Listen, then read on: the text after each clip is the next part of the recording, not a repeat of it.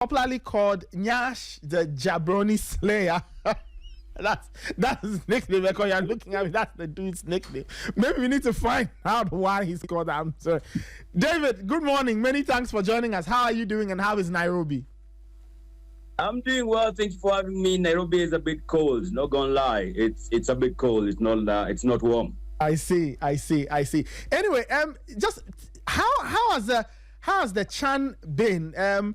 Kenya, Tanzania, Uganda co-hosting. How has it been, especially from a Kenyan perspective? How has the competition been for the fans, and your overall assessment of what you've seen so far?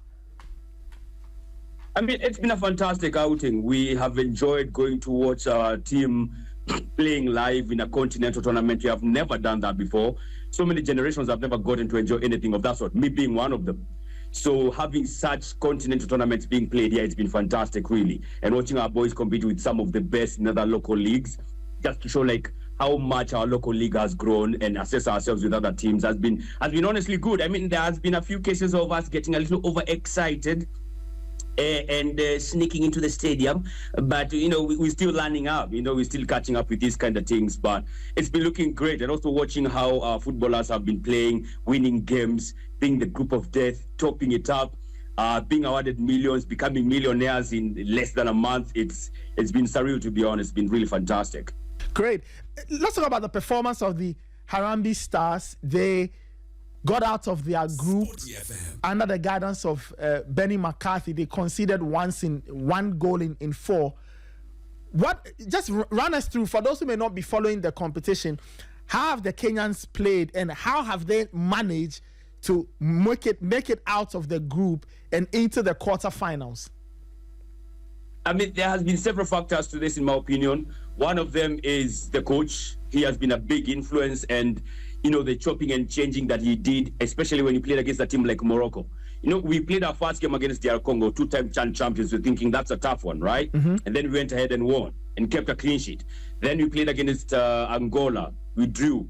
Then we played against, and we were down to 10 men against Angola. Then we played against Morocco, and there was a lot of changes done to that Moroccan game in terms of our Harambee Stars. There was a whole lot of changes by the coach. So we were wondering, like, what is going on here?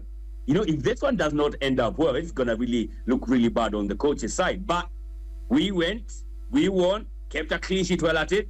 It's fantastic. And of course, the players have also been very well motivated by, the financial rewards they're getting, because those have been very good, not gonna lie. And also having the crowd behind them. People have been getting to stadiums and supporting them, basically the 12th man. They have played a very key role in pushing the boys and getting them feel motivated and feeling at home. You get it. So it's been a lot of factors. And also, I think one of the standout things for me is we have been absolutely resolute defensively. Like you mentioned, we have only conceded one single goal. So we have been very solid defensively, and I think that's our anchor in how we have been in the group stages. And I hope we're going to latch on that or clutch on that once we get to the knockout rounds, which are kicking off on Friday. All right. Friday. Okay. Your thoughts on the two other host countries? All three made it through. Tanzania, 3 wins and a draw, and Uganda probably playing in one of the most dramatic games with South Africa a few days ago. Your thoughts on those two countries, Tanzania and Uganda, and how they've also made it into the last 8? I mean, well, Tanzania, there have been a few people who have been talking smack, talking smack about Kenya. So we are exchanging words, and if they want us to go down that direction, we can actually do it. But yeah, they've done their job as well in terms of playing their games and winning them. They topped the group, the first team to qualify for the quarterfinals, and they have been playing well as well. So they've been solid as well. Uganda has been a bit dramatic, unlike what we expected, clutching onto a draw in the last game against South Africa. But that's all they needed anyway to go to the next level. And I think for the 3 teams, to just those ones of top your group, or if you don't top your group, just make sure you get to the knockout rounds, you get to the quarterfinals, or be the second team. Because it will be very embarrassing if the tournament is being held in your own backyard and you're not even in the knockout rounds. That would have been really embarrassing. So I think every team has been buoyed, but of course having home fans there with them. So it's been good for all the teams, man. And unfortunately, we'll not be able to meet either of them until maybe you get to the finals. Because honestly, as Kenya, we were praying that we get Tanzania. Tanzania have been saying a lot of bad things about Kenya. We were praying, but now the way the route is set, I think we can only meet them in the finals. But Tanzania and Uganda, they can meet. If they beat their opponents in the quarters, they can meet in the semis. So it's going to be one to watch out for. Finally, David, so you did say the quarterfinals. So the quarterfinals set Kenya versus Madagascar, Tanzania versus Morocco. That's on Friday. On Saturday, Sudan versus Algeria, and Uganda v Senegal. Tell me, how far can this Kenyan team go? They navigated a brilliant group stage run, conceding only once. They were unbeaten effectively in the group stage. Now they are at the business end, and it's one shot, one kill. If you don't win, you go home. How far can this Kenyan team go in this competition? I honestly think we can go all the way. I don't see why. I think the biggest hurdle for us could be the semi-final, because we are not playing at home. We shall be playing away. So that could be the only hurdle. But if in any game that you are playing at home, I believe we can win it. So if we get, not if, I think we'll get past Madagascar. I know it's a tricky opponent, but I think we can do it. We can get past them, and then you go to the semis, and then we get to the final. I think we can go all the way. I don't see why we cannot go all the way. I think Kenya can go all the way and win it.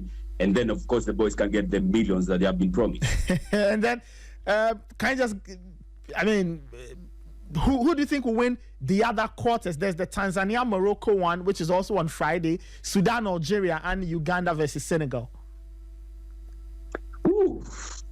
Sudan, Algeria. Sudan have been kind of different. I did not expect them to top their group.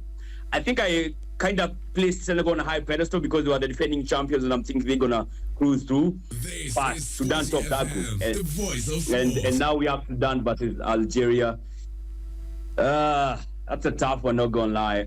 I want to big up my East Africans, Eastern Africans. I think Sudan is in Eastern Africa, so I'll big up Sudan. I hope they win that one. And then Tanzania versus Morocco. Look, I want to meet Tanzania somewhere down the line. I don't think they'll make it. I don't think they're good enough to get past Morocco. So Morocco wins that one. Then Uganda versus Senegal. I think just because Uganda are playing at home, and Senegal for me have not been that promising in terms of maybe what I expected from the defending champions. But I understand it's a whole new squad because I think they've only retained one player from the previous team that won in 2022. I will say Uganda versus Morocco in the semis.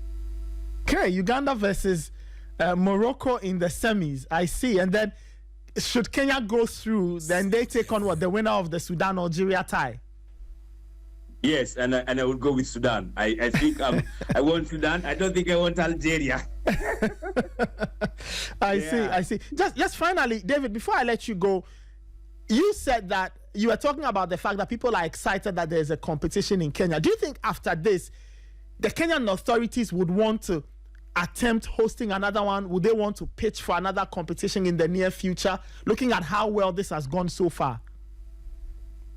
Yeah, fantastic question. Now, we are hosting AFCON in 2027. Yeah. But I think for me, I feel like that one is cast in stone, that we are hosting it again. But I think for me, what I want to see is the build up to 2027. Can you keep this momentum going?